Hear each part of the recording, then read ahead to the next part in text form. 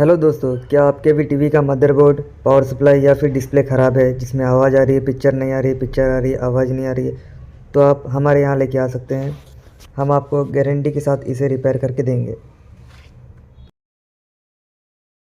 इस वीडियो में हम आपको सोनी के 55 इंच एलईडी में मदरबोर्ड इंस्टॉल करके दिखाएंगे, जो कि एक 4K टीवी है, अल्ट्रा एचडी है।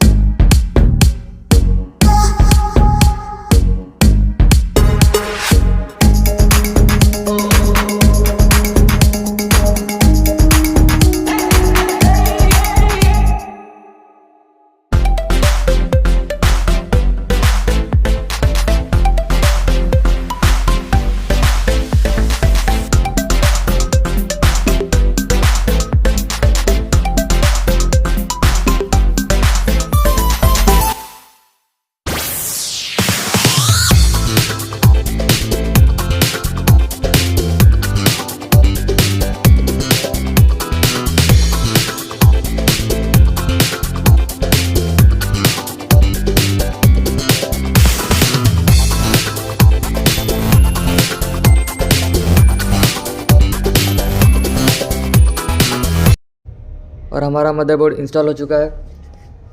आप देख सकते हैं, इसकी पूरी प्रॉपर फिटिंग है। यहाँ पर